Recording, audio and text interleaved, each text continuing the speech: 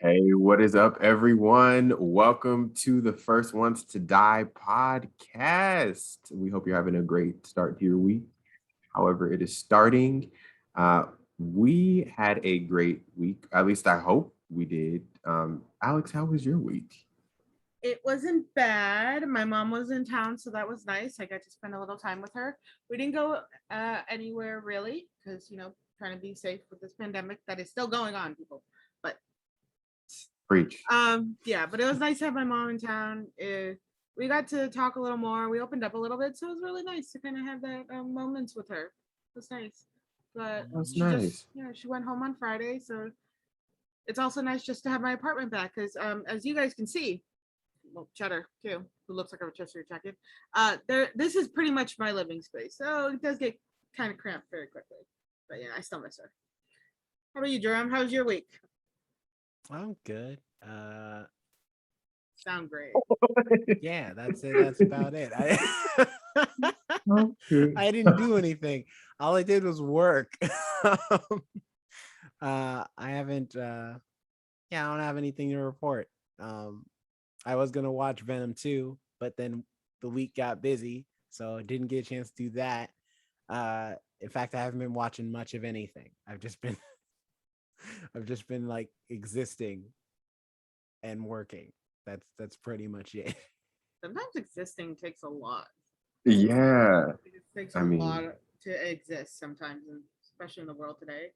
for real. A good job existing and continuing your existence. Grateful to exist. Grateful to exist. Well, how about you, Chris? Yes, grateful to yes, grateful to exist. That's what I am. But also, I'm grateful that I felt very productive this week. Um, got some work done. Um, had a couple auditions come through, which is nice. Funny, you said you got some And work done, but I don't see anything different about you, Jonathan. That doctor did a great job. You look fantastic. Look good. okay, I right. Ooh, you should have caught y'all. You know Audience should have what? You caught know what? You my pulled it on me, Jonathan. For real, I did. I did.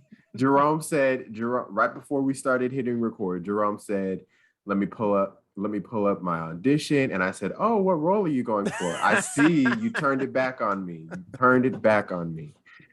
He needed to regain his title. He did very quickly. Yes. But anyway, I got some. Now I don't know how to say it. I did some work. Gigs? Is it still called a gig? Can it still be called a gig? Well, it's not necessarily, it's like work for like my job, but anyway, that aside, Dune. I've been engaging. Well, I was gonna say one last I thing. thought you were just gonna go into the review. My bad. No. I feel like I've been engaging in a lot of dark media lately. Like me and Alex just did a book review on a book called Everything We Didn't Say, where there's murders involved. We watched Squid Game, obviously. I've been watching You season 3. So a lot of just dark stuff, which I mean, if any time is appropriate, October, Halloween, it's the appropriate time for that. But Dune wasn't as dark, thankfully. So and that's what we're talking about today. Hey, Dune, the 2021 Dune.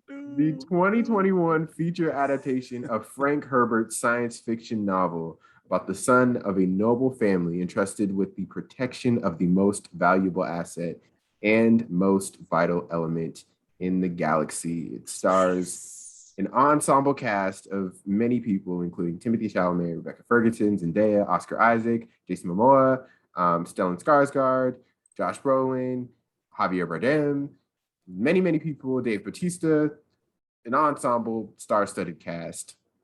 This movie has been in the works for it hasn't been in the works for a while, but it's been on the back burner for a while. It has and hasn't. There have been ever since the 1984 Dune, they've been trying to redo Dune for like a long time to no effect. Like a lot of people, like starting over and over, and finally they released a newer version of Dune.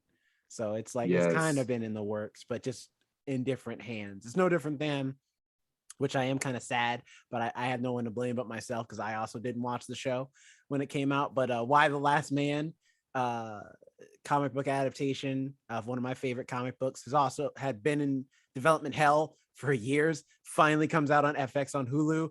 They get a first season and it's instantly canceled. Wait, what show? Why the Last Man? Why the Last Man? As in like the letter. Oh, Why the letter Last Man? Y. Why the Last Man? And then colon the last. That's on Hulu, right? Mm-hmm.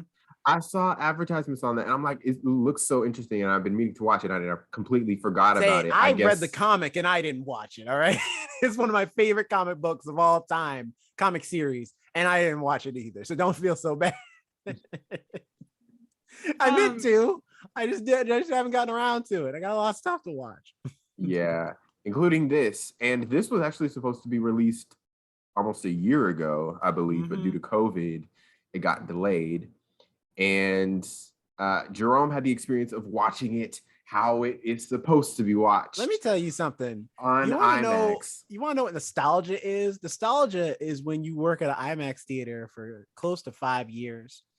Then you go watch a movie in IMAX and haven't been to an IMAX theater in a year and see that countdown start. They did the classic countdown that we used to be at our theater where it's like, well, it's standard for all the IMAX theaters. But as soon as I saw a countdown, I was like, I'm not crying. It's just allergies. Like there's onions in here.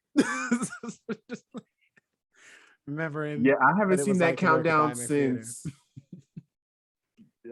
I don't remember the last movie I saw in IMAX. I could probably look it up, but granted, this was not like this was IMAX, but it wasn't like real deal IMAX like the theater we used to work at, where it's like an IMAX theater built for that. One. Mm-hmm. Yeah, this is more like for the Regal. This was at the Regal Theater, so it's like a kind of like imitation IMAX. But still, it was close enough. Yeah, it was like weak IMAX. Ain't that pure stuff? Full disclosure for this episode, I will not be giving a grade because I did not watch the movie. I watched the start of it, and that was it. I couldn't.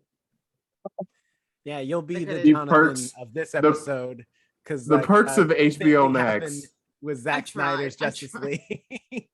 Dude, like the amount I had to go through to watch that one was like a lot, and this one I was like. And to be fair, this movie is like 3 hours long, so it's it's long. And I will say this: out of like everything that I did watch, everything that I did see, the main thing, and I mentioned this to Jonathan earlier, the main thing that bothered me. The hero or the main character or the prince or whatever he was, the heir. His name's Paul. His name's Paul. Yeah, see, Paul. I see that. I knew that you were gonna say that. I already knew before the movie started. You know me. Like the mom, like there's Jessica and Paul Duncan, and then they'll have like a cool like. Listen, this book was written in 1965. Okay. I'm sorry. Was in 1964? Was Paul a cool name to have? Jessica's actually kind of a modern name for 1960. That's actually very true. And also, you love a show where a dude's named Kirk. Kirk. His first name isn't Kirk. His first name's James. That's even more boring. James is an attractive name. I don't care what anybody says. Exactly. Not Paul. It is exactly. Not Paul, don't you give me that. Paul is such a generic name. It sounds like it was a place filler, and then he forgot, and he sent the book to his publisher. And then he was like, "Oh well, it's there." What other name has a flow like Paul Atreides? No other name has a flow like Paul Atreides. Paul Atreides has a flow. It has a flow. It does not. It does. Paul Atreides. You can say it easy. You can't say Jerome Atreides very easy. Right. It's got one syllable. Paul. But go on. I'm more attuned to 2-syllable names. I like 2-syllable, at least 2-syllable names more than 1-syllable names. Yeah, Jerome. Alex doesn't count. Or why was I about to say Alex is a 2-syllable name? It is 2 syllables. What you mean? You the only one who ain't got 2 syllables. John, nothing. Oh yeah, you got 3. Right. No, but as opposed to 1-syllable names, I like 2 or more syllable names. Anyway. especially when you have a pet, because then you're able to call them. Now Anyway, this don't got that nothing is to the do with one Dune. thing I was like, man, Jonathan's gonna love, because as of late, I recently rewatched the night in preparation for this review. I rewatched. I didn't get to finish the whole thing, but I've seen the movie before. I just wanted to refresh my memory of the 1984 Dune, because that's also on HBO Max.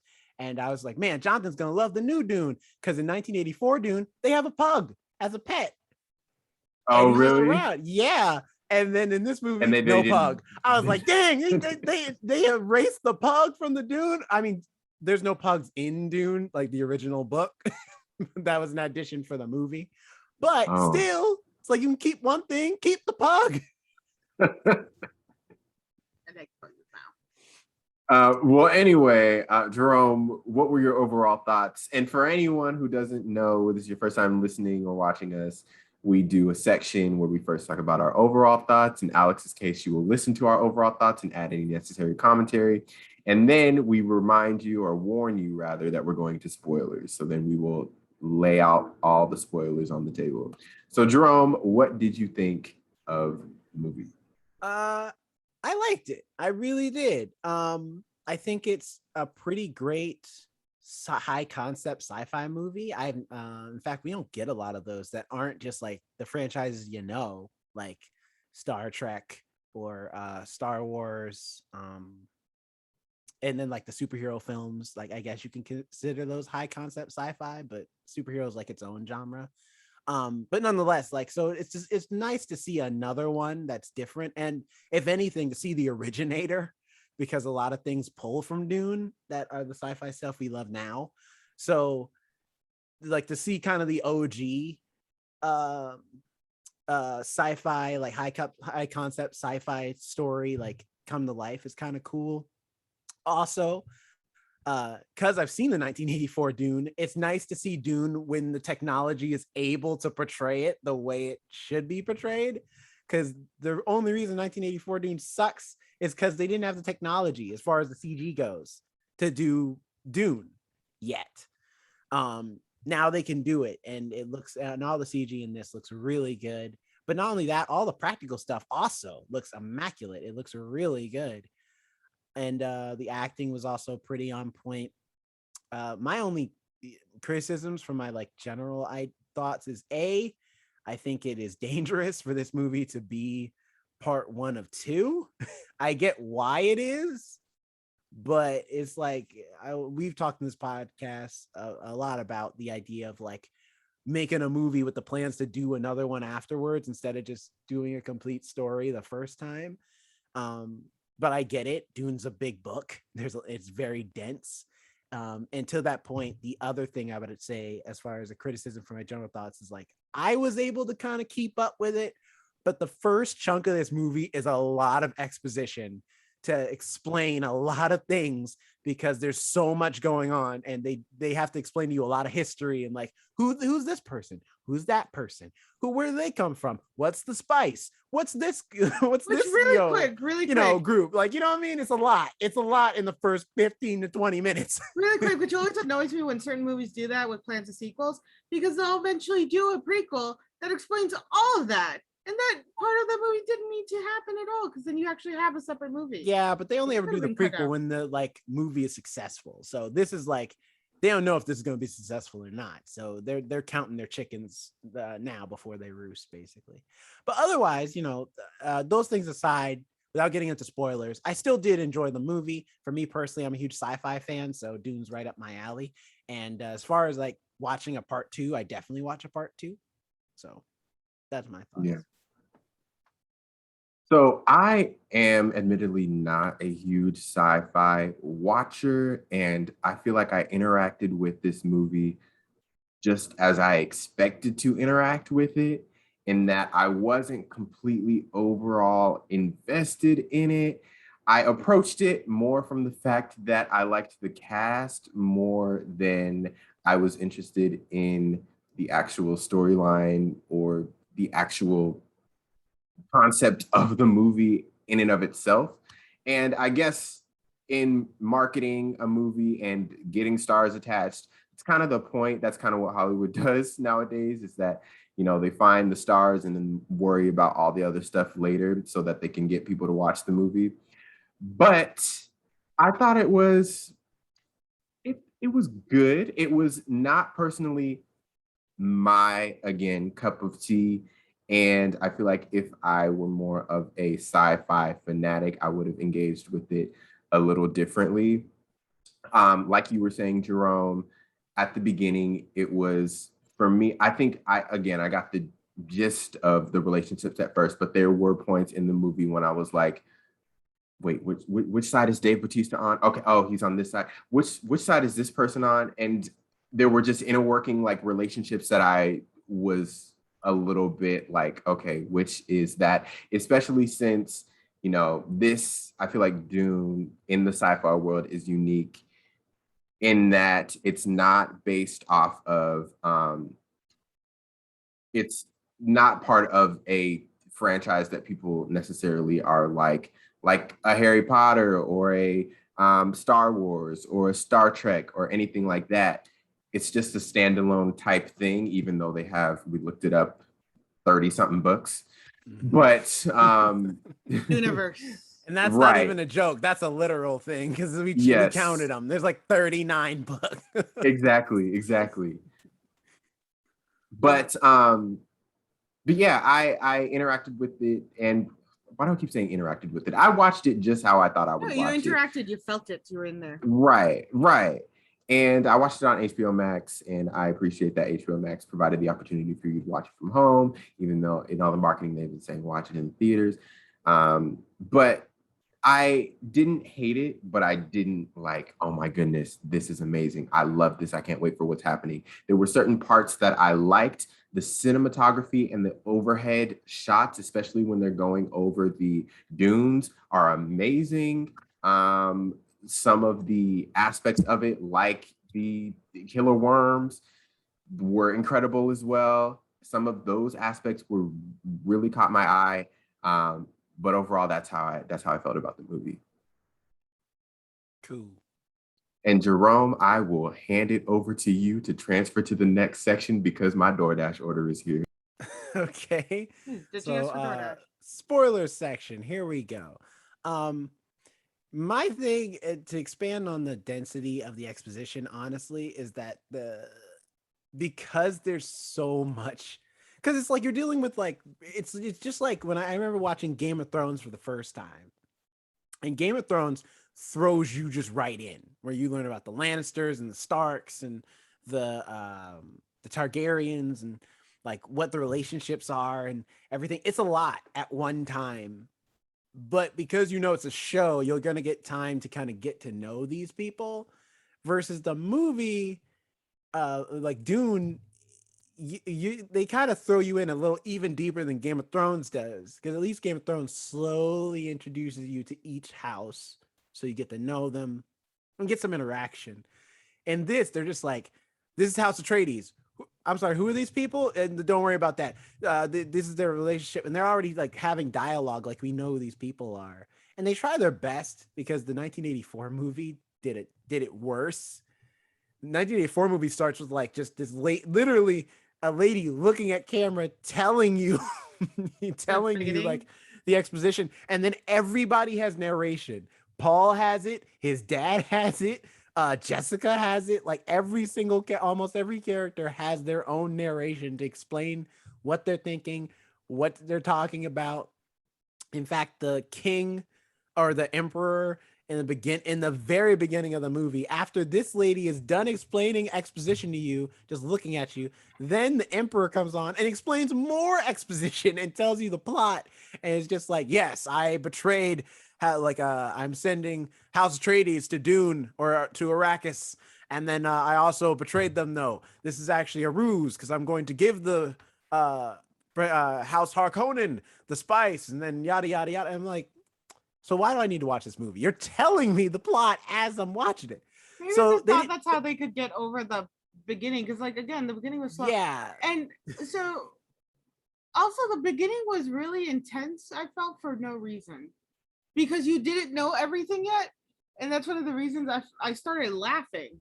It was not funny moments at the beginning. And I understand that. But what you're saying kind of feels like the same thing. It's like almost like they expected me to know like somebody had already given me the dialogue from like the 1980s movie. Because when he does, I did watch the scene where the Oscar Isaac, whatever, Leto, Duke Leto does the signing and does the sigil press. It puts the ring into the. Yeah, but because I knew nothing of what was going on, I'm aware of Dune. I'm aware of what Dune is and the parodies of Dune.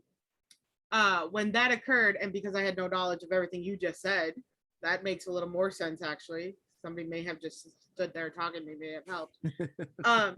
It was such an intense moment, and when he's pushing the ring down and the queen lady, Jessica, whatever she is, like looks around so worriedly, and I'm like, I don't know what's happening. I'm not in this with you.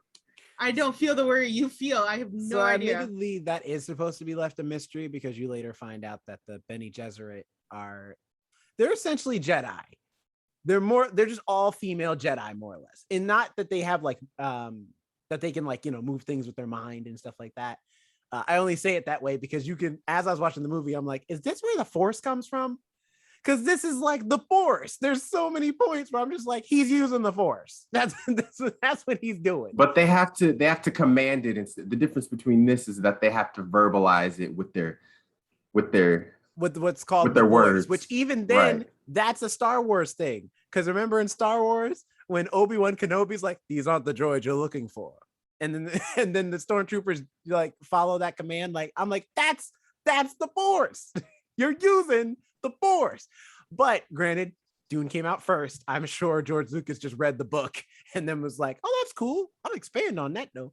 Like it's not just going to be a voice. And that became the more popular, well-known right power. But yeah, so to explain it to you, Alex, like there's multiple factions and houses.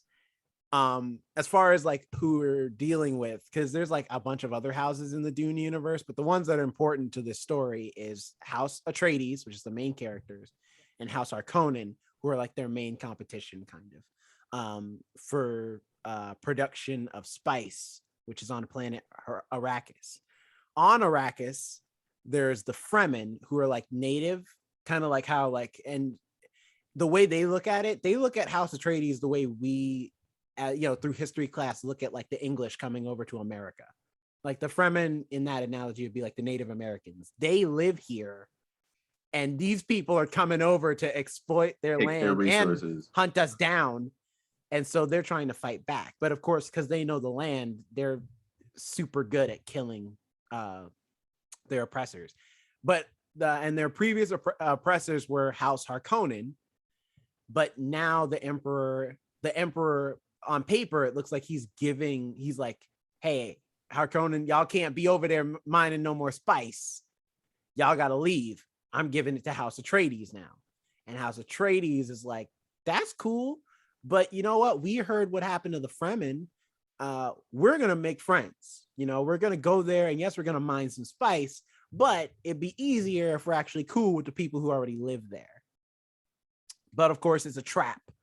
And the Emperor actually wants to destroy House Atreides because they're like, people like House Atreides. They're too nice and people actually mess with them. And they don't mess with me like that.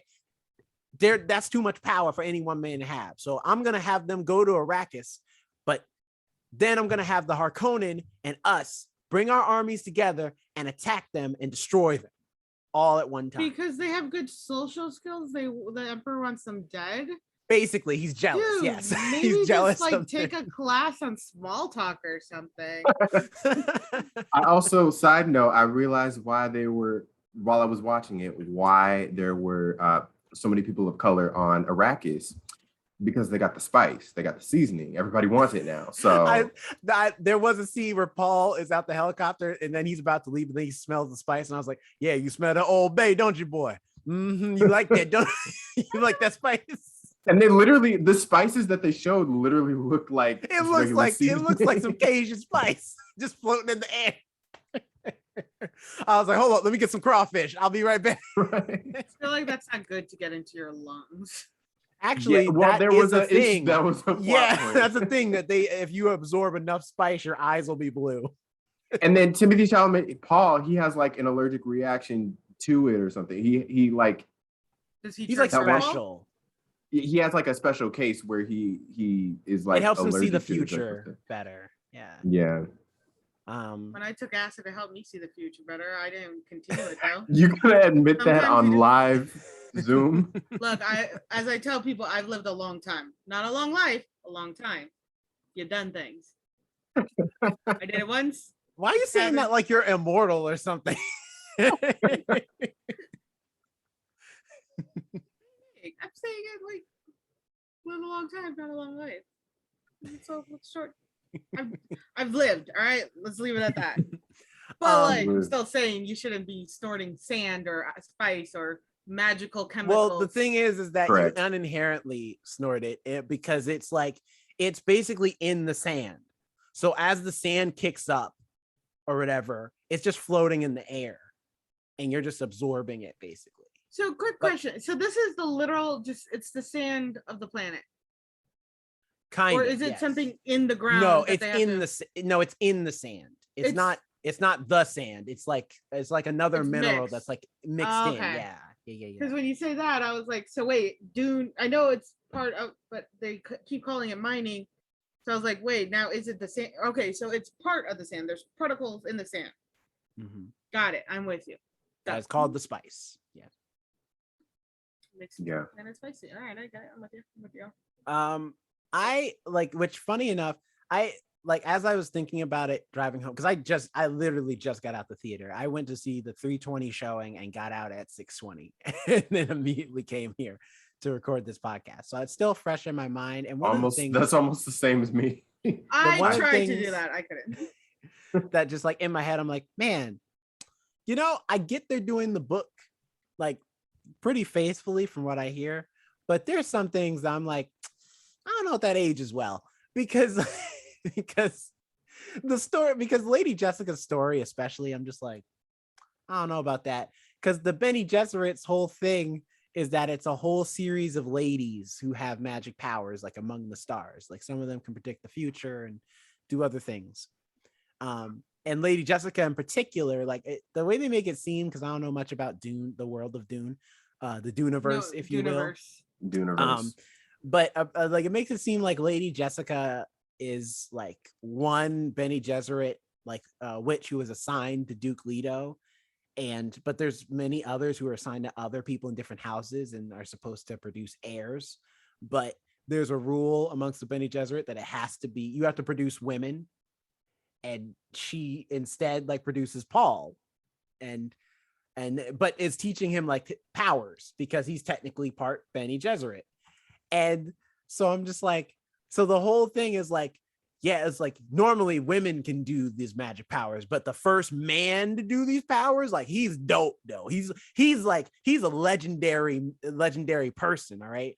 And I'm just like, that feels a bit like very old fashioned. That it's like out of this long lineage of magical women, when the first man comes up, that's when the game has changed. Well, it is interesting that, because I didn't know that aspect of the backstory behind they prefer for women to be born. That is progressive. That's a progressive storyline, because usually it's the storyline of it's the other way around. Right. Yeah. It's usually the male that the society prefers to be born. So in that aspect, it's progressive. I guess it's just one of those things where I'm just like, it's always old sci-fi that it's like, no, you don't understand. Once the man gets involved, he's the one who's going to save the day. The ones wrecking stuff in the Granted, though, Zendaya's character Chani is like supposed to be like also this badass in her own right. So who got very little screen time, but at the end, she did get some screen time, and she got her moment. I expected that because I know the director, Denis. I always have been saying Villeneuve, but maybe it's Villeneuve. Either way, he's the director who did Blade Runner 2049 as well, which is probably why they trusted him to do Dune, because they're like, you revived that sci-fi franchise that like nobody's doing anything with. So did he though? yeah, I mean, it made tons of money. And Alex, your face since could be a then, meme right now. like The it's squinted since eye. then, you I know. didn't know there was another Blade. Wait, No, Blade Runner. was that with Harrison Ford? Mm-hmm. Oh, Ryan Gosling. yeah, He I did got like the new movie, but off of that movie came like a little like some shorts to go with that movie, and a whole bunch of new comic books have come out. Like Blade Runner's gotten a slight revitalization, not so much to get like another movie after 2049, but still like stuff is coming It's out that's Blade acknowledged Runner now. centric. Yeah. As opposed to it just being a cult classic that like film nerds know about. So and in that movie, on all the posters, Harrison Ford front and center. Everybody already knew Harrison Ford was going to be in the movie. He's in the trailer. And you know when Harrison Ford shows up in the movie that he started at like the third act near the end. Yeah, he wasn't in it for very long. So I knew, I was like, all these stars in this movie are not going to be in it long. I already know that. Like Oscar Isaac, he's not really in the movie for that long. Well, he was in it for a good amount of time, I feel. He was in it for and a he good, got like, a good arc as well. In the beginning. He's in it for a good chunk of the beginning. What is it? Jason Momoa is also barely Dave Bautista, in the movie. he's barely Dave Bautista's barely in it too. Like there's a lot of actors in here that are like really big that are not used for very long. Mostly because that's the role in the book, but also because like Denis is like the type of director who's like, I don't care who you are, like your character is your character. If you're gonna be, I'm going to use you the way you need to be used. I'm not going to be like focus on giving you more screen time because you're so famous. Then why get such a famous person to play such little parts? Well, because they know it's Dune. For the name. And the only person who like, yeah, who's like, who are really excited about Dune, if they hadn't hired like big name actors, would have been people who've seen the original movie or hardcore sci-fi nerds who have read the books. And people who are fans of these people, they see, oh, Dave Bautista's going to be in it. That's what I mean. That's what I'm saying. That's how they're gonna get the everybody else to go watch Dude, because they're like, Jason Momoa. Oh, I love Jason Momoa. I'm an Aquaman fan. I'm gonna watch that movie. Blink. I missed him. Where'd he go? Yeah, right. He's not really but you could not miss Jason Momoa when he was clean shaven. That was jarring. Okay, I did not expect that. I see. Here's the thing though, it's not that jarring for me because I've seen Conan where he's like clean shaven. At least in this movie, he still has like some 5 o'clock shadow. He's got a little bit of stubble. You know, he looks like he's like shaved, but he hasn't like freshly shaved. Conan, he's baby faced, no hair. It's so weird to see Jason Momoa with like no type of facial hair at all. I've never seen either of those. It's Dune or Conan. Speaking of Jason Momoa, when the guards thought that he had died, and they were looking the other way, and he crept up behind them, and was like, ah, and then killed them. I'm like, man, you just blew your cover. You did not need to scream. Could have just like assassinated. Well, I mean, silently. after he stabs the first one, like it's already a wrap anyway. So what's it matter? After he murders one, it doesn't matter. Well, they're gonna know at that point. They're gonna be like, oh snap, Steve got stabbed. Who was that? Steve should have done a better job not to get. You know, it's a wrap. You know, although in my head I'm like, wait, but you had all these visions, so he's not dead, right? Sorry, spoilers for you, Alex. I'm sorry if you. I don't think I can watch it honestly, because as I've said multiple times, if there's not a strong intro or a captivating intro, I'm not going to stick with stuff because my brain. Yeah. Sometimes I'll stick with it because I know we have to do something for the podcast or something like that. But other times it's like my brain's just like, we're not interested. Even if it gets exciting, I still won't stick with it because my brain's just like, nope, wasn't good enough. This movie admittedly does take a long time to get to the action, but I get it because it's like the whole point of this movie. You know what this movie reminds me of? It reminds me of the last of Hunger Games. What's the last like series? Was that Mockingbird? Mockingjay. Yeah. Mockingjay, thank you. It reminds me of Hunger Games Mockingjay Part 1. Because Part 1 is a lot of setup because it has to be. Like they have to get a lot of stuff out the way so that in Part 2 it can be all action. We already know who the characters are. We know who like the new characters are. We know where our characters are at as far as like what their relationships are and why they're in the positions they're in. all that stuff. But they have to get it out. They have to like get all that done. The difference is Mockingjay ain't that long of a book, and realistically, they could have actually cut a lot of that fluff. So they did it with they saw they made it money with like Harry Potter, Twilight, Hunger Games. They all split that last one just to make another. Yeah, Dune actually is a dense book with a lot of history to explain. So they had to explain. They have to take time to explain it, and they know they don't have any other time to do so, unless it's the beginning of this film before they get to part two. Let's set it up. What was, I'll ask Jerome and then I'll go into mine. What was your favorite scene, and kind of describe it for Alex and maybe anyone who's. We've already described the plot, so that's there. My favorite part is probably once like the Harkonnens attack, because that's when like the plot gets started. And up until that point, it's all just like set up, and there's some funny moments in there. I was surprised to find some of the humor, most of it dealing with Oscar Isaac, who just Jason Momoa. He was very he had some comedic lines as well. Yeah, the two of them have great comedic timing, so I expected that from both of them.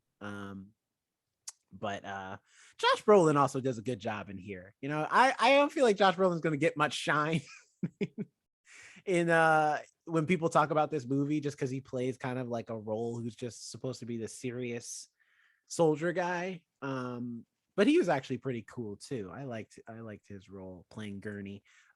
He lives up to because in the 1984 film, dang it, what's his name? I know his name. He plays Professor X in the X-Men. Patrick Stewart. Yes, Patrick Stewart played Gurney in the original Dune. So Josh Brolin, he doesn't have, you know, the Shakespearean accent, but he does have the attitude, and so I think he does him proud. But yeah, that was my favorite scene, the Harkonnens attack, because then, like, you know, you get the explosions, you get a lot of action. The shields confuse me, though. Yeah, it's like right, I remember those. Yeah, when you get stabbed, like glitches, and you can still stab through them. So in my head, I'm like, what's the point? You might as well not have them at all. Wait. So they use that throughout the movie as actual shields? I assume that was like a training one. So you don't actually get hurt, but it shows the vibration of like, hey, I hit you, so you glitched. I thought that too. No, you just have shields. Oh. Like that's the shields they go into battle with. But I'm like, you can stab through them. People stab through them. And at first it was like, when the blade is slow, then that's how you can get through. But I'm like, people in this do quick cuts and get through no problem. During the big battle scene, when you just see all those people and you just see all these red and blue glitches, I'm like, how do you know how do you know if you're actually like stabbing a person? Also, that's probably a good thing I didn't finish it, because that can trigger like my photosensitivity. Oh no, it was never that bad where it's like flashing lights. Like most of the time you see it, like it goes by super quick. But it's just one of those things where I was like, I feel like these shields ain't worth a damn. It reminds me of like in World War I, like soldiers wore helmets, but you could still shoot through them. So it's like, what was the point? It's like, almost what's the point of having these? My favorite part was probably, I had two, and they were probably in the beginning, towards the beginning. I feel like that's where I enjoyed the most of the movie, towards the beginning. And my first was when Paul is essentially getting tested. He has to put his hand into the box, and and whatever type pain the lady is inflicting on him, he can't move, otherwise he'll die, or he can't move his hand out the box, otherwise he'll die. I really like that scene. That was intense. And I also like the scene when the first worm is about to come, and they had just first landed on Arrakis, and they have to get back on board. I really liked the visuals and all of that. And I like seeing the worm. When they first mentioned the worm, they showed like the image of it. I was like, bring on the worm. I hope we get some good worm action in this movie. Plenty of worms. There's more coming. You know what though? I didn't know that was like a thing, or like a main selling point to the movie. Bring on the worms. Worms are cool. I never been mentioned before that was a selling point for it. Yeah. The box scene also was, I was like, oh, Timothy Chalamet is going to act today. That's cool. Right. Oh. Because there was no special effects. Because most of this movie, he's very stoic. And I don't know if that's because that's the character. I haven't read the book, so I can't say if that's the character. But at least like the 1984 movie, you feel like Paul has personality. Like he's a cool kid, you know? But, you know, when he needs to be serious, like when he's in battle and stuff, he's serious. In this, Paul is just so like sad and depressed almost all the time. Either that or like he's super serious about everything. The only times he's not is that scene and when he's hanging out with Duncan. But I feel like anybody acting opposite Jason Momoa, you can't help but smile because the man is just like joy incarnate. Like he's like, I'm having a good time. I don't care what anybody says. I'm doing good. It's great because because when a giant human being is not only like 10 feet and like really strong, but suddenly they have the, you know, insides of like the sweetest person you'll ever meet. Those people are like the greatest people ever. I love like just being around those type of people that you look mildly scary.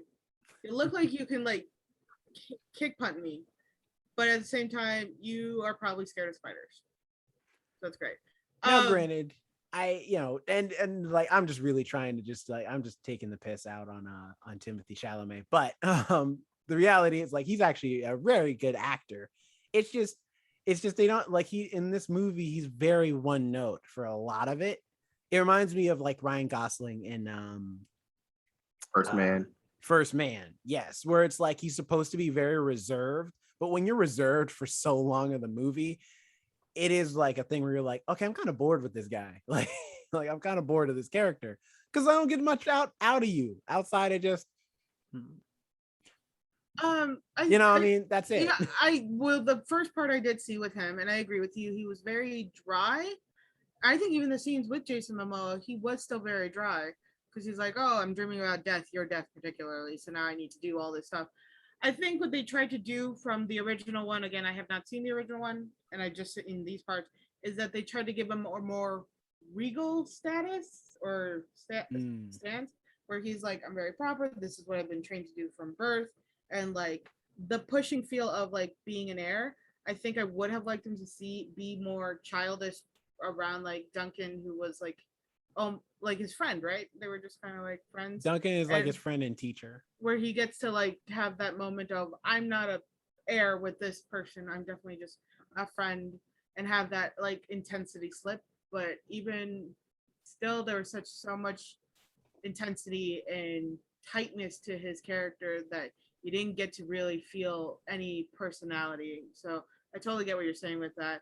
They kind of stripped it of him by trying to make him seem more proper. He had no like layers to him. He's the heir. That's it. And I think because he had a lot to.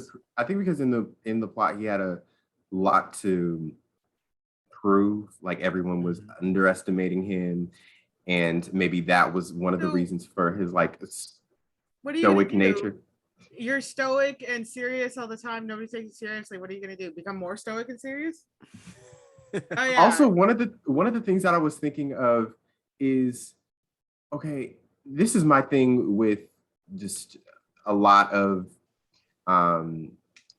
fantasy movies, sci-fi movies that take place in especially like the future. Ain't nobody smiles in the future. Like, is everybody always just like, listen, when you be out in the heat, and eventually you stop smiling too. Like, it's hot. It's hot out there in the desert. Honestly, it's hard to smile. Think back to LA. Was I smiling at all at you guys? I was saying, when that heat be hitting you, bro, you just gotta, sometimes you just be sitting back. But that's why they've developed those what are they called? Still suits? That's why they've developed, yes, that's why they developed the still suit so they can counteract the heat. But you can only drink your sweat and tears for so long, Jonathan, until you just get tired of it. I get that. I would be. I think because a lot of the sci-fi movies, you don't see like average people you see like more from the, in the political houses or Right, the the royal, government, the royalty, yeah, or whatever. they're like on the space or team you or see something them like like that. in war. Most sci-fi Uh-huh. stories are like in battle. I want to see a sci-fi movie of just us, like Watch just Star regular Trek, people. then you'll see The us. No. The Jetsons. No, the Jetsons. They're sci-fi. Or the Jetsons. Although my theory still stands that below them is the Flintstones. And I agree, Look. it's a good social class system. But yeah, no, Star Also, Trek, they smile a lot. also, Even if you Spock want does. that, watch Her. Her. I is have that. seen Her, but Yeah. no, that's in the near future though. I want something in like, what was this year? 100. It's 10,191. Yes. Yes, exactly. Her is the near future. Her is like 2050 or something. Although, skipping a bit to the end, but we'll jump back, or we'll kind of just jumping around anyway. When that dude challenges Lady Jessica, not Javier Bardem's character, but the black guy, who's like, no, y'all weak. I want Challenger, but if she wants to stay here, and Paul steps up, and that dude's talking all that trash.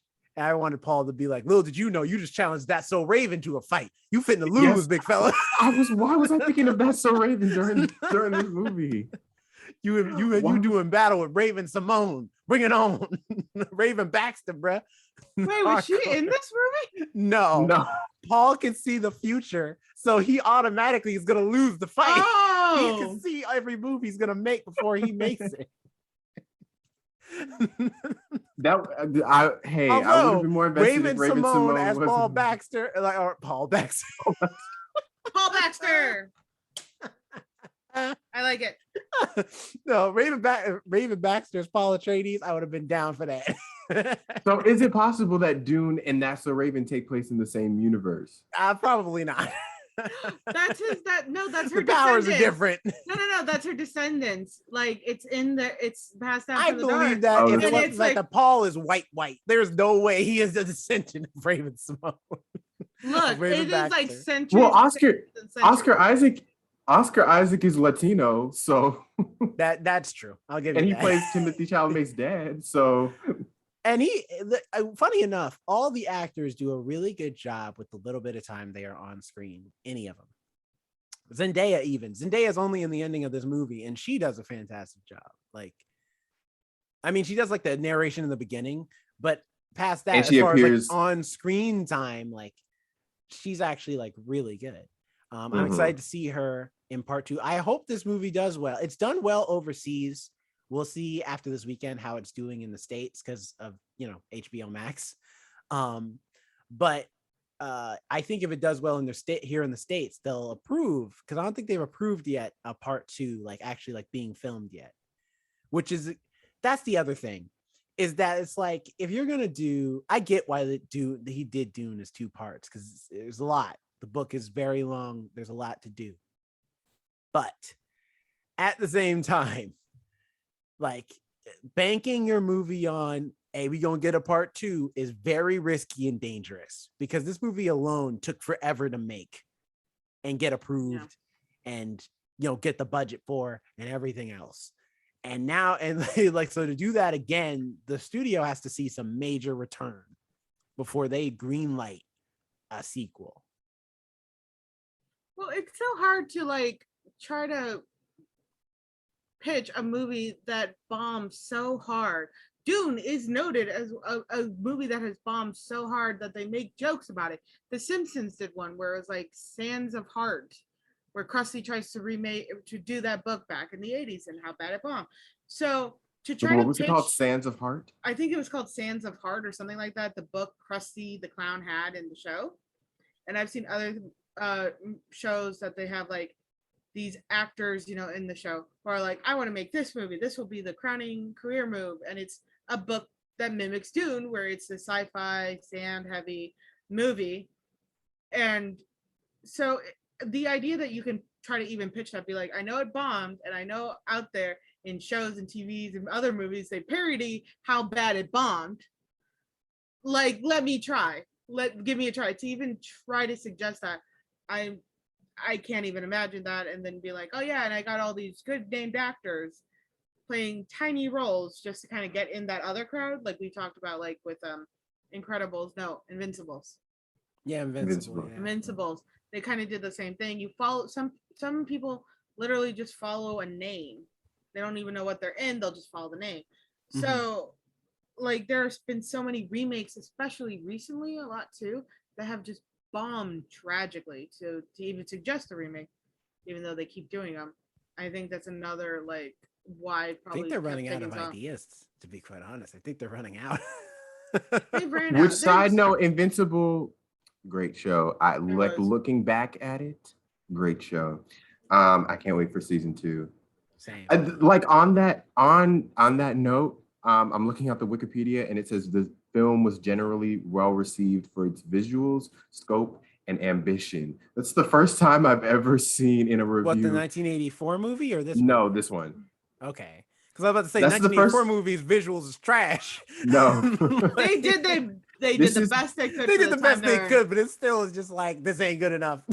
This is probably the first time I've seen in a review it's praised for its ambition.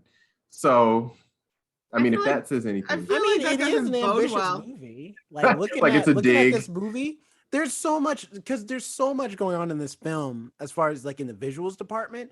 And while we're talking about that, like I gotta say, this movie delivers on the visuals. There's some epic stuff in this movie that I'm like, that looks awesome. Not just the stuff that's supposed to be big, like the sandworm, but even the small stuff, like seeing the Harkonnens, like fortress and stuff, and him in like the black goo and stuff like that.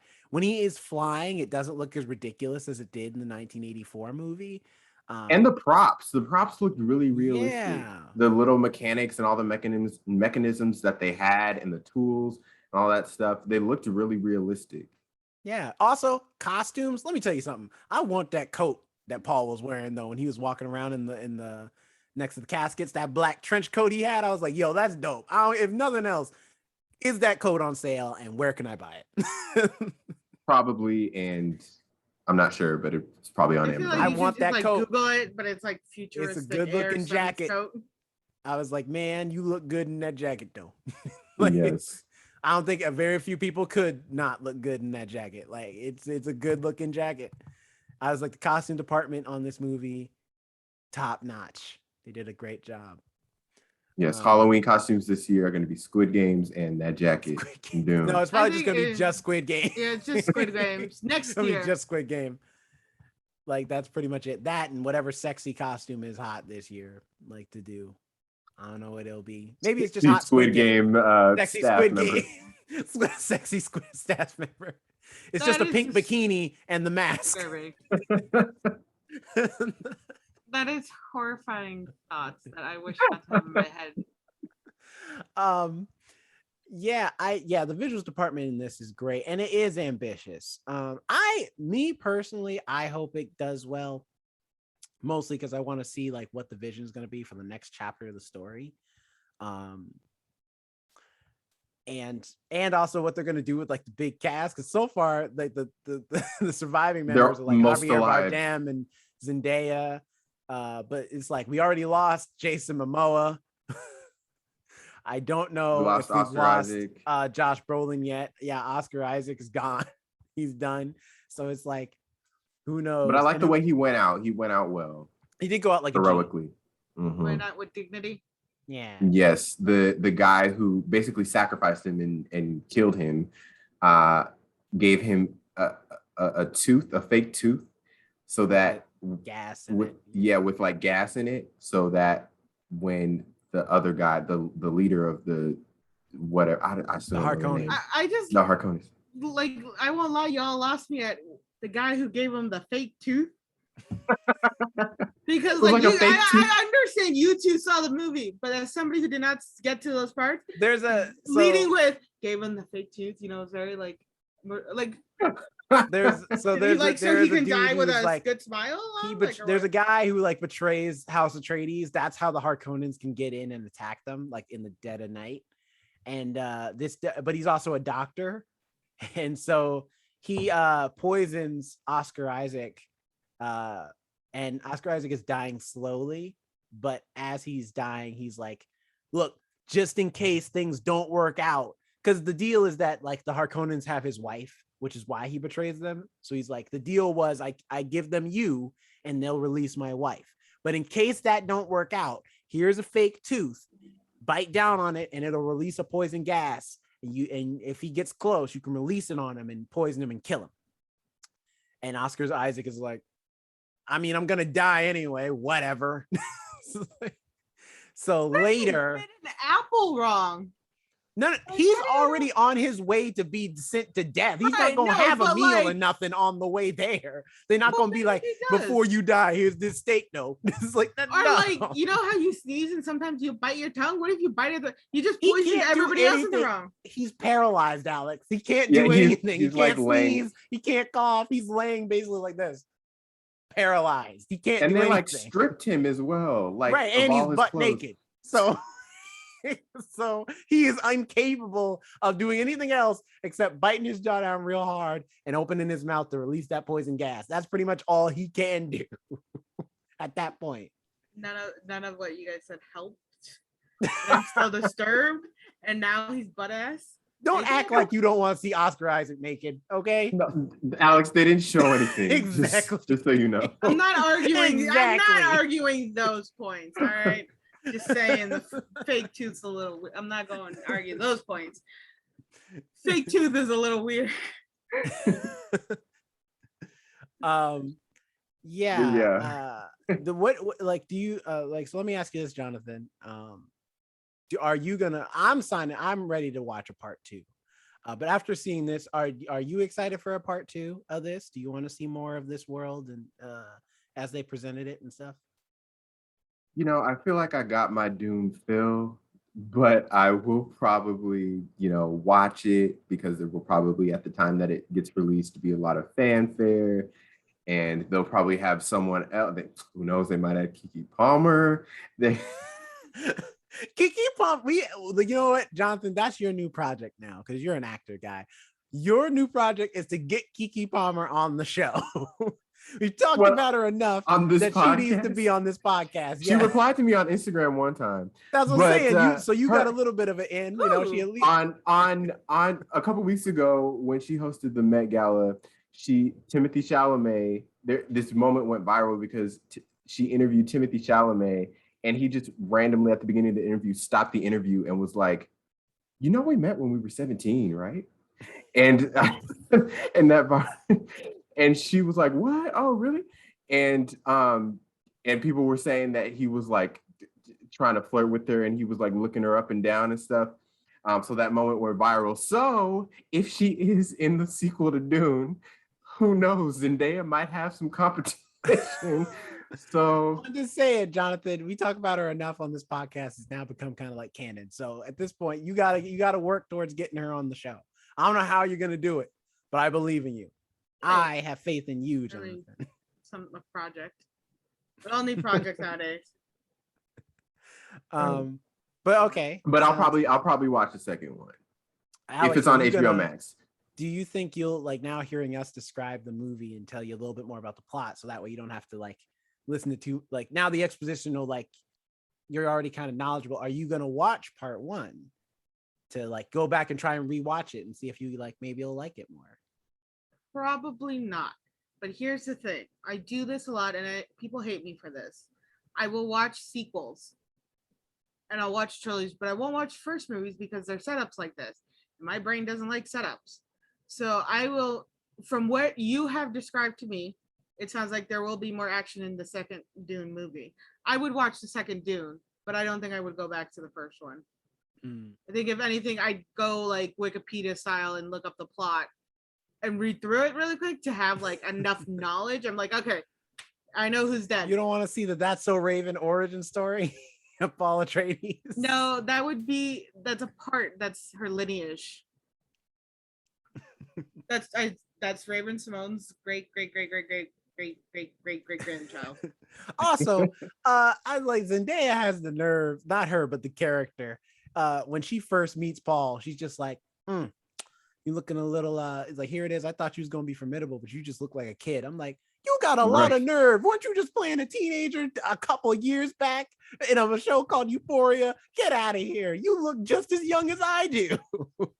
I mean, he looks younger. That's only And- because he ain't got no and facial hair. If he had like a mustache or something, they would look the same age. he Like a has- like a Pharrell type mustache where it's kind of thin. I think that would probably make him look more. And in real life, I think he's older than her. That also, I think that also is true. I think he's older than her in real life.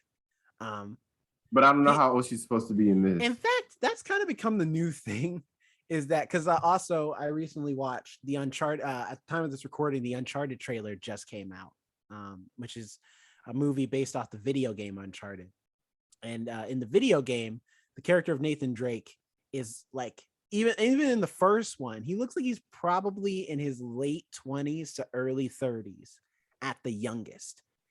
And who do they cast to play that character in the movie? Tom Holland, who still looks like he's 16, even though he's definitely in his 20s now. And I'm just like, nah, like you don't look old enough. I'm sorry. I feel like I'm watching a teenager go around the world hunting for treasures. Like, I know he's an adult, so it's like that's a little unfair. He can't help his genes. He didn't choose. Yeah, to Tom look Holland. like that. Tom Holland's older than Zendaya. I But just looked Tom it up. Holland looks Really? the kid By looks- like 2 months He or looks 3 young. months. oh, well, I don't really count.